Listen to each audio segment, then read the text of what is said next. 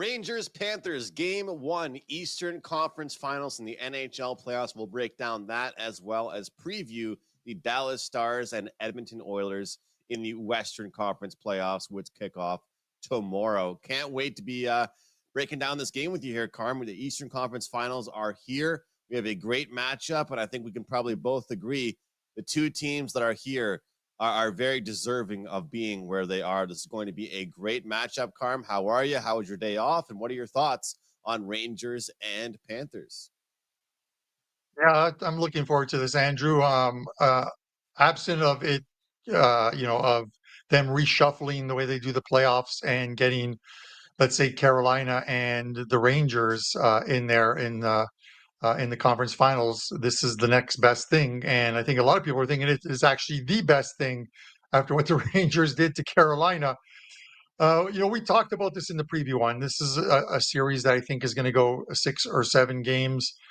And there's different ways of looking at this when you're looking at this game. And I'm going to break down some numbers, and we're probably going to go over them again when we look at the Dallas and Edmonton series. But home ice in the playoffs, Andrew, thus far has been negligible. If anything, if you're betting the away teams in the NHL playoffs this season, you depending on the VIG, I think you're up a little bit because home teams are 31 and 38 through 69 games in the playoffs. 22 and 22 in round one, 9 and 16 for home teams in the second round. It got worse in the second round, and it's because the opponents are that much better that you're playing. And you look at it, it's the Rangers have got Florida. Can Florida go into New York and beat the Rangers? Of course they can. Will they do it tonight? I'm not necessarily sure, Andrew, because if you look at the Rangers throughout the regular season, this is a team that I don't think at any point during the regular season lost 2 games in a row at home. And they did lose their last game at home in that semifinal against Carolina, and then they won it in Game 5 or Game 6 in Carolina.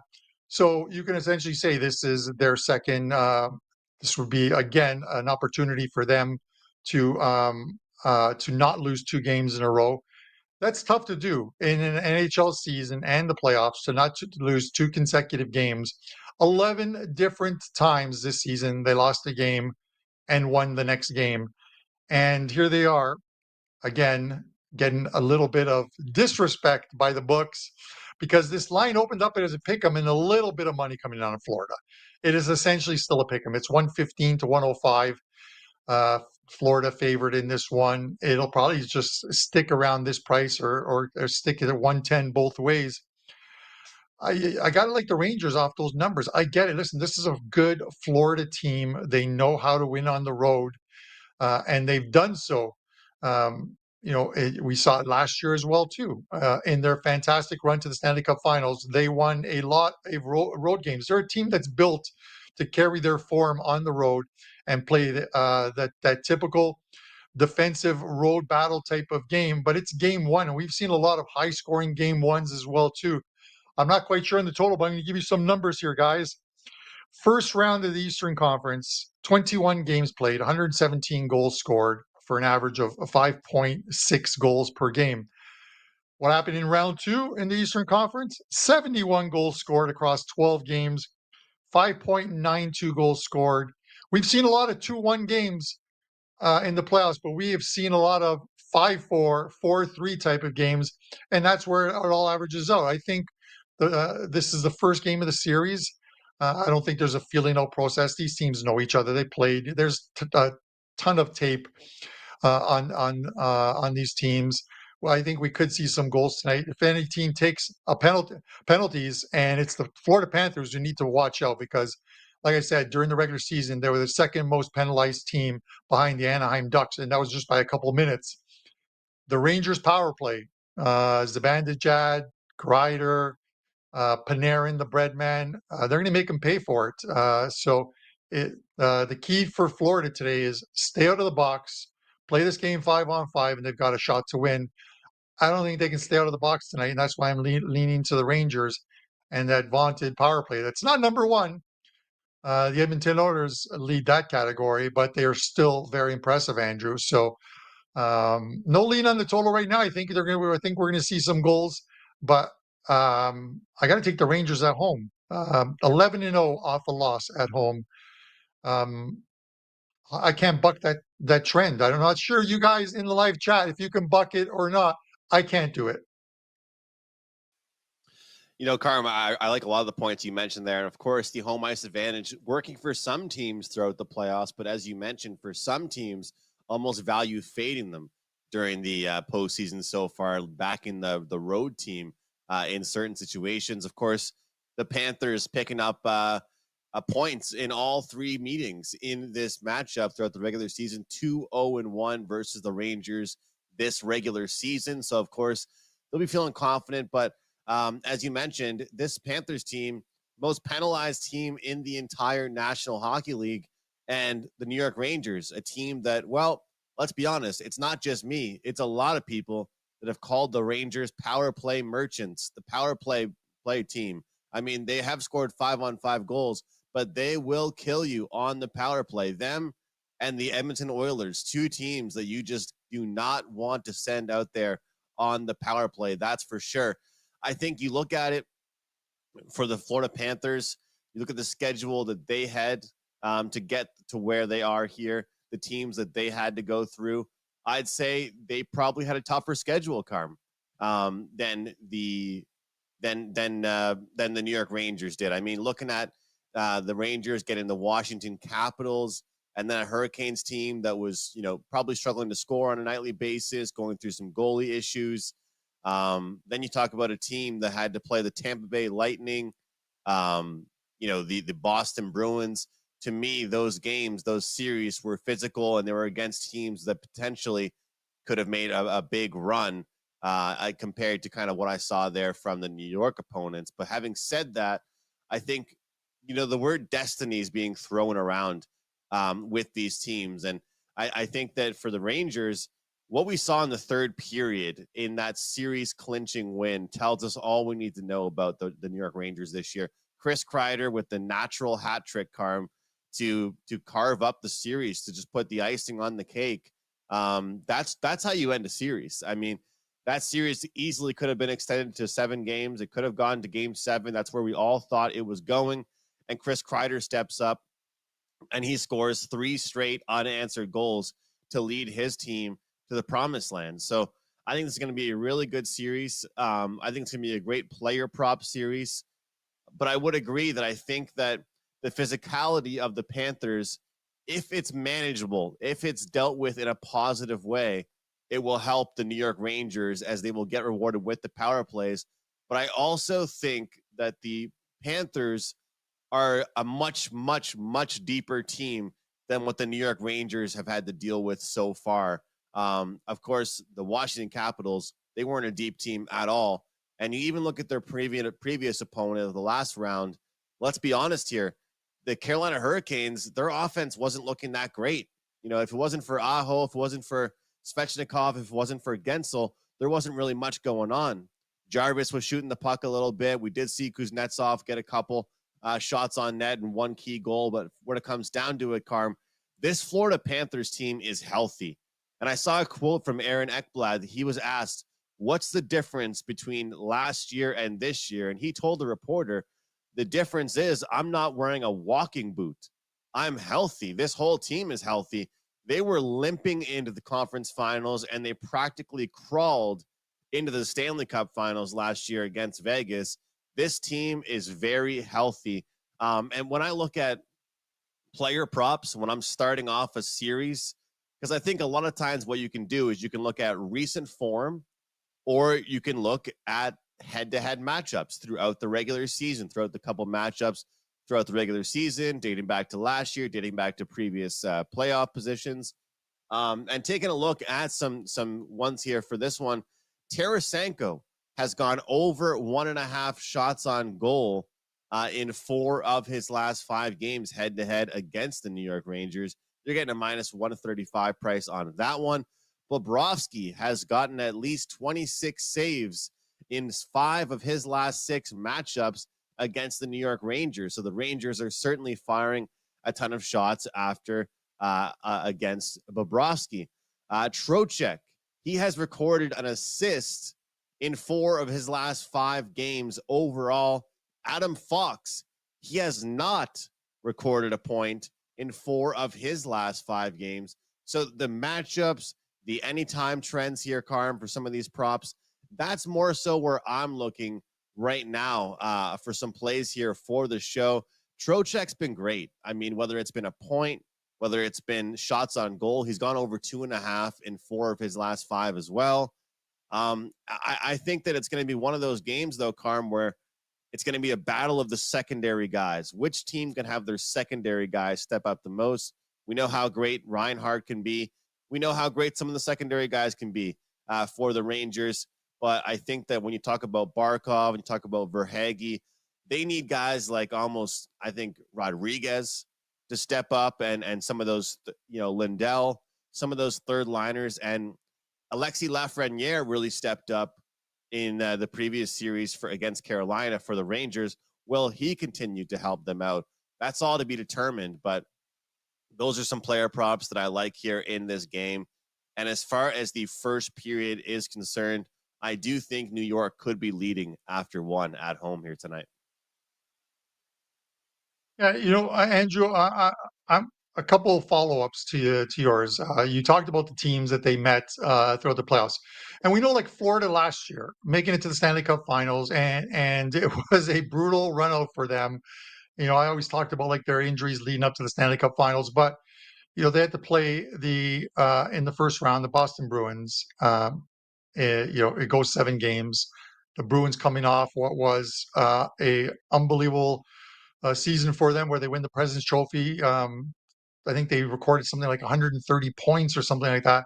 And they follow up with having to play the Leafs in the second round. And then the Canes, they had a rough road to there, but that experience is what they carry into this series against Rangers. Rangers essentially had a first round bye against the Washington Capitals. I think there are other teams. The Capitals got in. They deserve to get in because they played well during the final stretch, but there are other teams that would have given the Rangers a run for their money.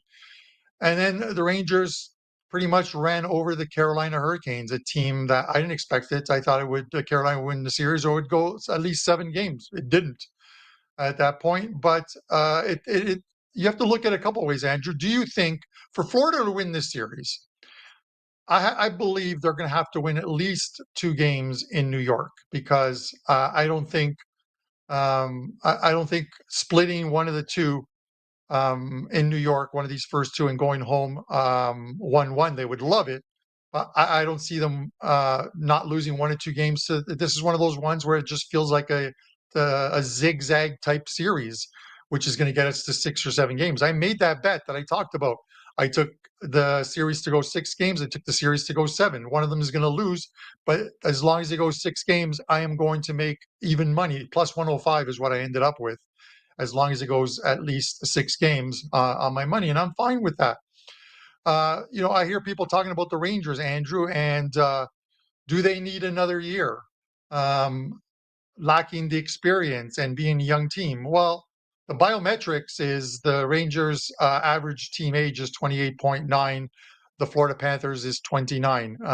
They're essentially the biometrics are the same for both teams as far as average age of players on the team. Obviously, more experience with Florida having made that run last year. Do you think it comes into it at all? Because we talk about great regular season teams, and the Bruins were one last year.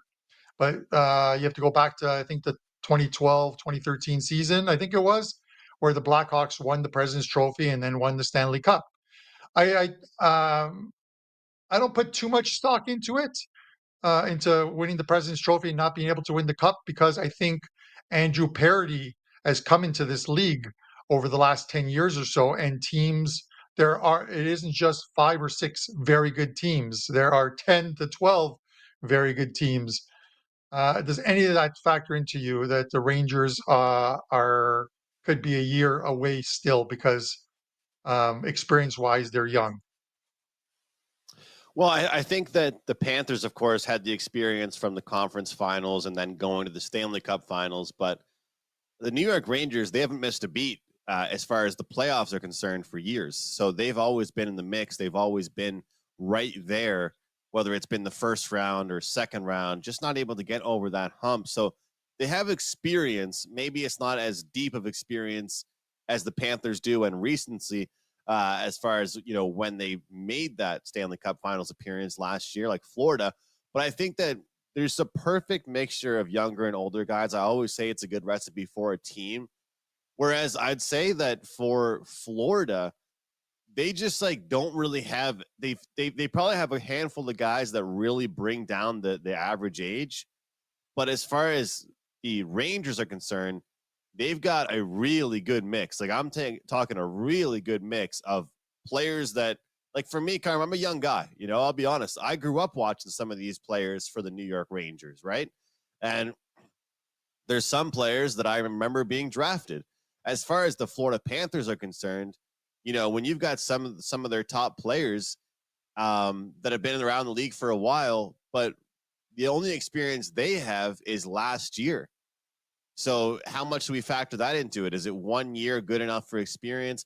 I think that we haven't talked too much about the coaching matchup here, but I think it's going to be a real interesting chess match between these two coaches to see what goes on, because we all know that Paul Maurice has been a great coach, but I think they got a great coach over there on the other side as well. And I'll be curious to see how the matchups are handled, especially with Tkachuk. Where does Tkachuk go? Who do they want Tkachuk going up against? Who do they want Barkov going up against? Because right now, they're not going to have a choice. They're the road team. They get to decide. The Rangers, Panarin, who do they play him against? Zibanejad, who do they put him out against? So it's all about the matchups to me here, Carm. But, people are going to come at me no matter what I say about the Rangers. And I tip my hat. They've had a phenomenal year. They seem like a team of destiny right now. But is it fair to say, Carm, is it fair to say that you're talking about experience as a whole with the playoffs? Is it fair to say that they've had the easier pathway to get here? We're talking about the Tampa Bay Lightning. I know they're not the same team as they were in the past. The Tampa Bay Lightning and the Boston Bruins, to me, those two teams are much, much more difficult than what the New York Rangers had to deal with. And I get it. People will say to me, well, of course, they're the President's Trophy winners. That's why they get this pathway. And I understand. But I just think the physical brand of hockey, like Carolina, they're not very physical. They just aren't. They make a few hits. They got a couple guys. I feel like Florida's going to surprise them a little bit with their nastiness and how they play along the boards, the north-south. I think New York wants to play east-west hockey, and Florida wants to play north-south hockey. We're going to find out which matchup wins tonight. But I'm telling you, if we do see a fast pace of this game, it could be a really, really good first game for some player props, Carm. So a few of those that I mentioned, I'll certainly be jumping on. Yeah, I'm going to look at the player props, I think, after the show. I was doing other research, so no player props for me on this one. I'll have some for tomorrow's game that I like in the Dallas one. But Andrew, you can take either side. Anyone, guys in the chat, you can take Florida, you can take the Rangers, and it's hard to make an argument against either team. If the Rangers go on and win this series, deservedly so, they're a very good team. If Florida goes on to win this series, a very good team, deservedly so, they deserve to win. I don't think there's going to be a surprise in the series unless there's like a 4-1 or 4-0 sweep in this series, and I don't see that happening. These are two very good teams. I think, we talk about like sort of building a base, having a bottom, and the bottom is, for me in this series, is that Florida, last year's playoff run for Florida taught them a lot on how to cope with losing games, but more so how to with every win. And you saw Tkachuk was a big part of it. Matthew Tkachuk, where they win a game, he got his team off the ice into the dressing room. He says, guys, we got another game. Guys, we got another game. They did this all through the playoffs last season. He kept them in check, and that's the thing. He's the big guy on the ice today, because Carolina, as you mentioned, other than that stupid hit on Shesterkin, where Shesterkin looked like an Olympic diver on that one as well too, but they're going to put guys and try and make life uncomfortable for Shesterkin in front of the net. It's something that the other teams did not do. he's the best goalie in this series. As good as Bobrovsky is, Shesterkin's the best goalie in this series. And you've got to make life uncomfortable for him, get bodies in front of the net. And then hopefully the refs let these teams play. I always harp on the refs, but I'm going to once again let these teams play, and we'll see how it measures out. I want to lean to Florida to win the series, but the one thing that keeps me off of having bet this series yet, Andrew, is the fact that the Rangers just don't lose a lot of games at home. We talked about 11, I think 11 during the regular season, and only one in the playoffs thus far. They just don't lose games at home. They're a very good team. We'll see what happens tonight. Florida's going to have to win at least a couple, I think, in New York. But they have the kind of team for it, because Florida can play a 6-3 game, or Florida can play a 2-1 game that's decided in overtime. And that's the mark of a very good team, that they can adapt and adjust to the flow of the game. So we'll see how that goes. Andrew, one more thing I want to talk to you about: the disrespect, if you want to call it, the Ranger fans always talk about it, that their team gets. Here are the lines for the Stanley Cup Finals. With 4 teams left, here are the series prices for the Stanley Cup Finals. If it is Florida and Dallas, Florida is favored -115 to 105 over Dallas. If it's Florida and the Oilers, Florida is -135. The Oilers are +115. If Dallas and the New York Rangers, Dallas is favored -130 to +110. And if it's the Edmonton Oilers with the Rangers, the Oilers are favored -120 to even money for the New York Rangers. There is no, and the Rangers are favored to win the series. There is no setup that has the Rangers, other than this series, favored to win the Stanley Cup. Andrew, um, any thoughts on that? Is that disrespect, or are they just saying Dallas and the Edmonton Oilers are that much better than the New York Rangers? I was about to literally throw the same thing at you, Carmen. I was about to say the same thing. I think it's a bit weird that I don't know. It's maybe it's the experience, as you were talking about. Maybe it's the schedule they've had. Who knows? But what they've looked like so far this regular season, and then in the postseason, it's a little bit. It makes you shake your head, really, why you're getting this number. And I can see. Look, Carmen, if you wake up and you go on social media, it seems like the New York Rangers are everybody in the world's favorite new team. Everybody likes the Rangers now. They're everyone's favorite team. And you know why? Because they have everyone's favorite word, value.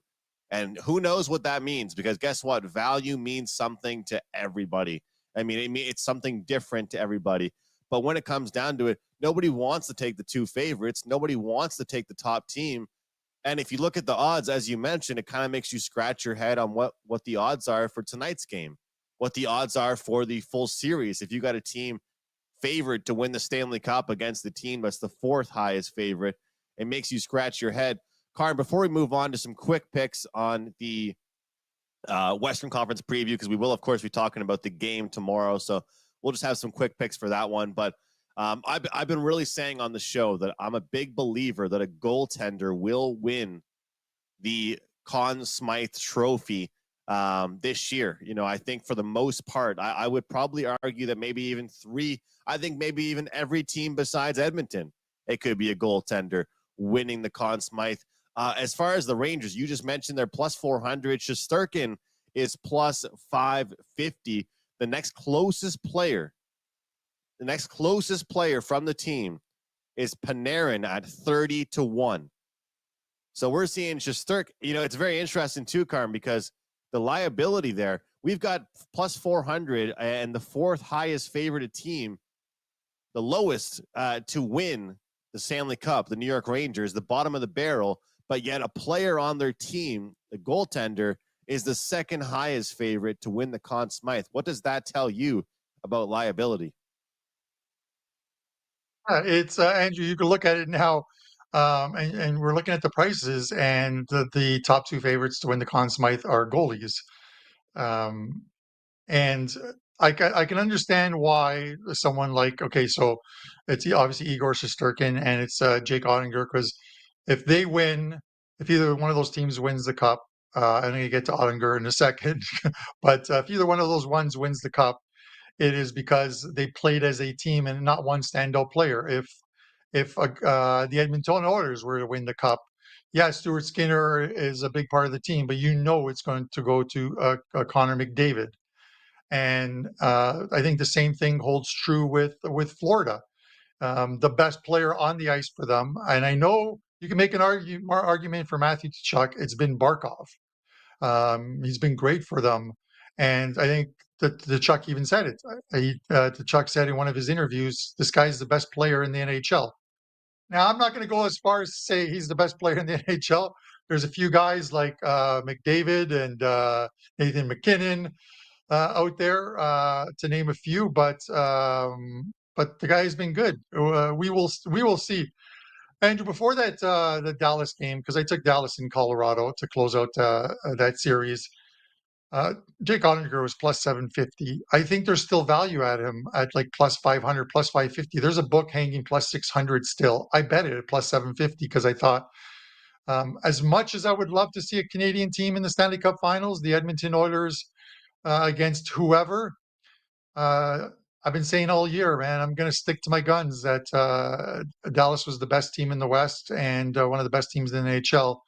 They are a complete team, and if they make it to the Stanley Cup Finals and win, Ottinger is getting the Conn Smythe. So, Andrew, I think you should jump on that because you're coming here this summer to watch a ball game with a bunch of us and your dad. So, what better thing to do than to have a little extra spending money, my friend? Hey, I'm right there with you, man. Ottinger to win the Conn Smythe. I got that locked in my pocket, and to me, it's like best of both worlds at this point. Hopefully, a Canadian team makes the Cup Finals, or we cash a Conn Smythe winner, Carm. And we did talk about 15-1 a few months ago on the show with Dallas. I believe a lot of us liked the Dallas Stars here on the PuckTime crew here, so that's always good to see. Carm, we'll talk about the game tomorrow, and we want to head out here soon. But I will say this. We talked about Florida and how aggressive they're going to be to New York. I think that Edmonton might actually have more open ice in their series against Dallas than they did against Vancouver. I don't really see Dallas as a physical team. I see a few guys on the team that like to make hits, right? But I don't see a lot of their guys that like to throw their body around. So I think that McDavid and Draisaitl and those guys might actually have more open ice. Curious to see how that goes as far as the total is concerned in that. But nonetheless, Carm, we're seeing minus 125 series price for the Dallas Stars, plus 105, the take back here. So many props worthy of looking at. You can look at Dallas minus 1.5 games, plus 170. Edmonton, minus 1.5 games, plus 170. You can get the plus 1.5. You can get exact series score. Edmonton 4-2 plus 450. Edmonton 4-3 plus 550. Stars minus 2.5 games even is a big price there as plus 340. There's so much to look at, but as far as props, as far as the series is concerned, Carm, what sticks out to you?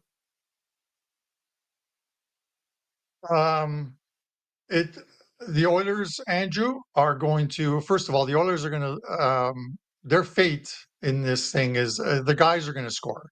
They got good players on their team, Andrew, and they can play low scoring games as they proved in the last couple. They pretty much shut down Vancouver. I think Vancouver in game 6 had like 15 shots on goal, and it wasn't until they woke up in the third period, Vancouver, that is, and started firing some pucks on net through the second period. They had like 14 or 15 or 16 shots on goal. You're not going to win many games in the NHL if you're allowing goals, but only getting about 15 shots on goal a game. But the segue into this one, what I'm trying to say is the Oilers are going to get theirs, as are the Stars. This is going to come down to goaltending.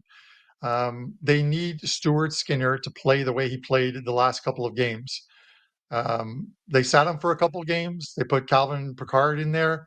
They brought him back, and he was the difference in games 6 and 7 for the Oilers. He made some big saves when he needed to. There's nothing worse for a team that when you're playing well, when your goalie lets in a bad one, it deflates you, and that's been the story for the Edmonton Oilers in playoff series the last few years is a goaltending letting them down in the playoffs. Can Stuart Skinner be the one? Nobody's talking about him. And if they are, there's not a lot of people talking about him, but he could be the difference for them in this series. We know that the Oilers can outscore the Dallas Stars. Can they keep the puck out of the net? That's the big thing. Dallas, the series price is about where it should be.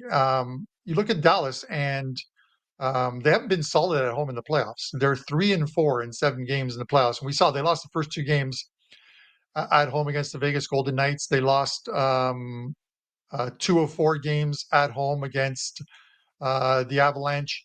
So that home ice, we talked about the home ice. I talked about it, 31-38 in the playoffs, 9-16 in the second round. I don't think it means as much, but the Stars can win on the road.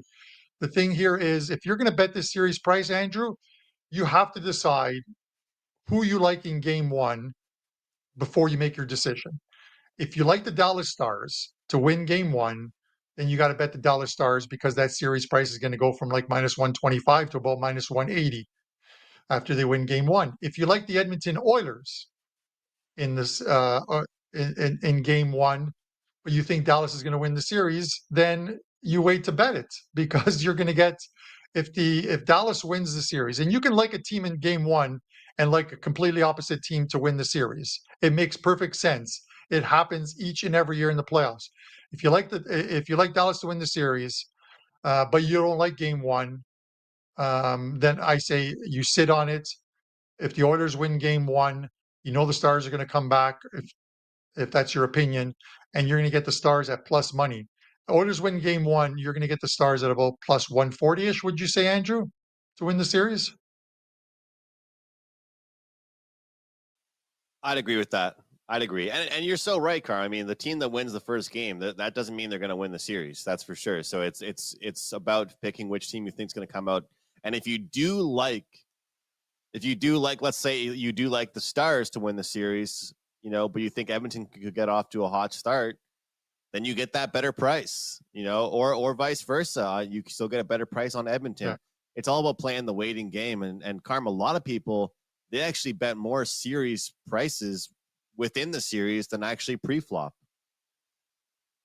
Yeah.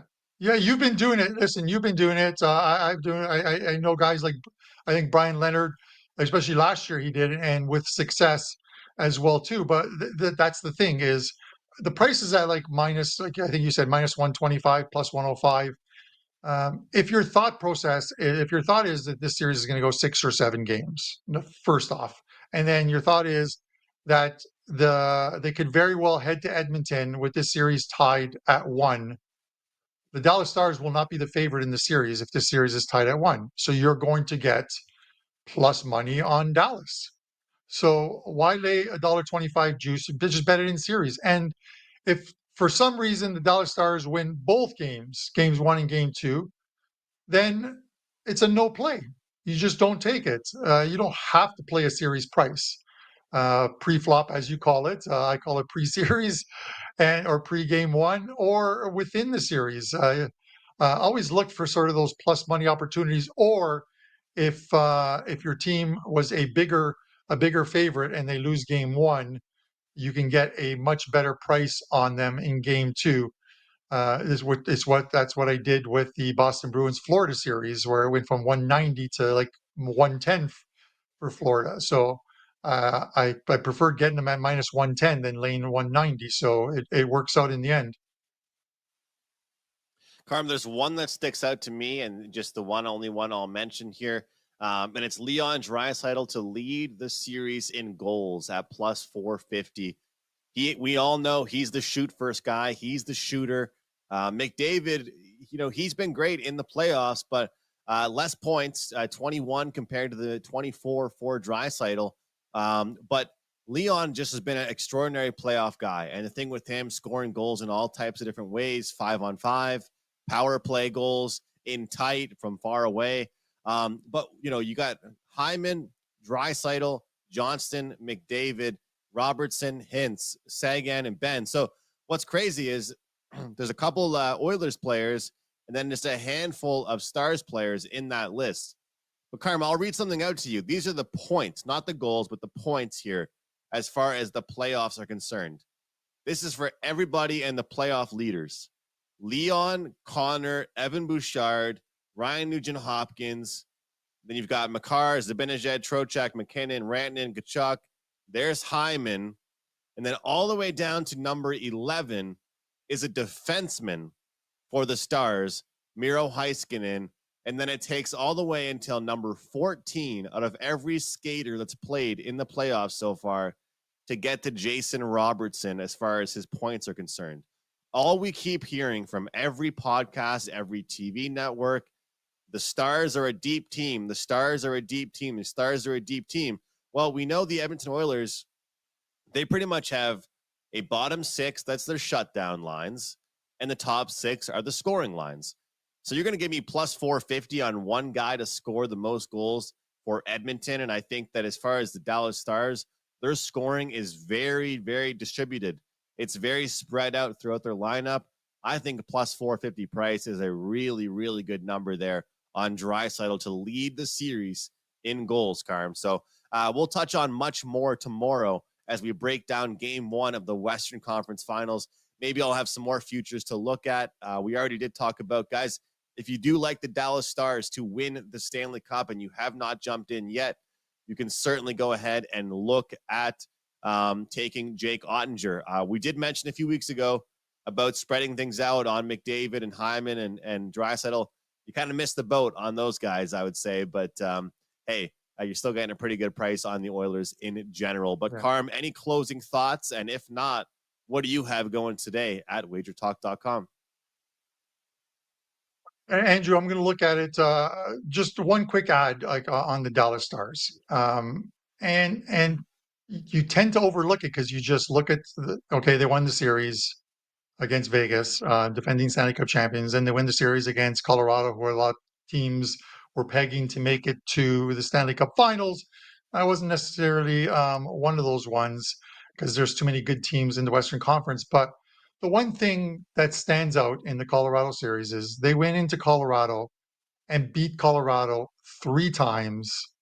They were a perfect 3-0, and they never allowed more than a goal in any of those 3 games. The Avalanche at home only scoring 3 goals in 3 playoff games. And you can talk about this player might have been missing or that player might have been missing. It's a lot of teams it's next man up, Andrew. You know that. We see it. And it just wasn't there for the Avalanche. But maybe you look at it a different way and just say Dallas was that much better that they completely shut them down.